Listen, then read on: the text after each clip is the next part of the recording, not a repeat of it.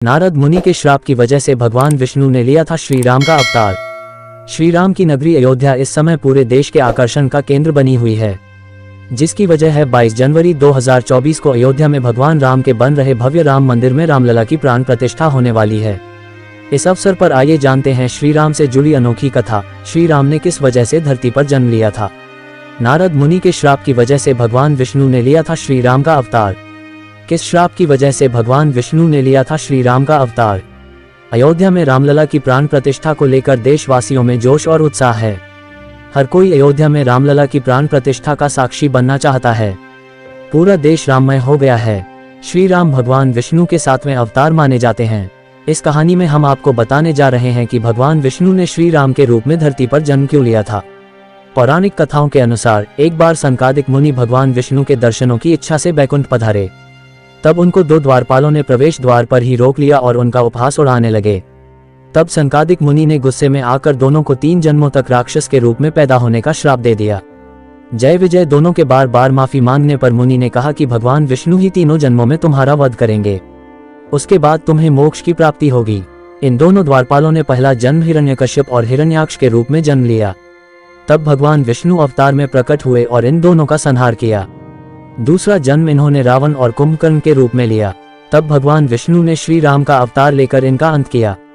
तीसरे जन्म में ये दोनों शिशुपाल और दंतवक्र के रूप में जन्मे। तब भगवान विष्णु ने श्री कृष्ण का अवतार लेकर इनका वध किया। इसके बाद इन दोनों को मोक्ष की प्राप्ति हुई। नारद मुनि का भगवान विष्णु को श्राप दिया। धार्मिक कथाओं के अनुसार एक बार नारद मुनि को कामदेव पर विजय प्राप्त करने के कारण अहंकार कर गया। तब अहंकार से ग्रस्त नारद मुनि भगवान विष्णु के पास जाकर कामदेव को जीतने की बात बताते हुए अपनी प्रशंसा करने लगे। तब भगवान विष्णु ने नारद मुनि के अहंकार को तोड़ने के लिए माया रची। बैकुंठ से लौटते समय नारद मुनि ने एक सुंदर नगर के भव्य महल में एक अति रूपवती राजकुमारी को देखा और उस पर मोहित हो गए।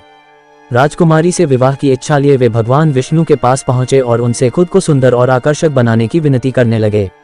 तब भगवान विष्णु ने कहा, हम वही करेंगे जो आपके लिए कल्याणकारी होगा। भगवान विष्णु ने ऐसा कहकर नारद जी का मुंह बंदर जैसा बना दिया। खुद के रूप से अनजान नारद मुनि राजकुमारी से विवाह करने उसके महल पहुंचे, जहां और भी राजकुमार राजकुमारी से विवाह के लिए आए हुए थे।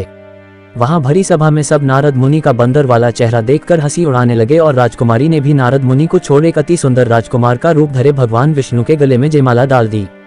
तब नारद मुनि ने अपना मुख जल में देखा। तब अपना मुख बंदर जैसा देख उनको भगवान विष्णु पर बहुत क्रोध आया और वे बैकुंठ पहुंचे। वहां भगवान विष्णु के साथ वही राजकुमारी बैठी हुई थी।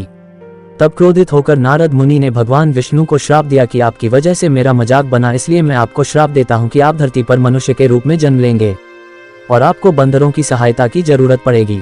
आपकी वजह से मुझे अपनी प्रिय स्त्री से दूर होना पड़ा, इसलिए आप भी स्त्री वियोग सहेंगे।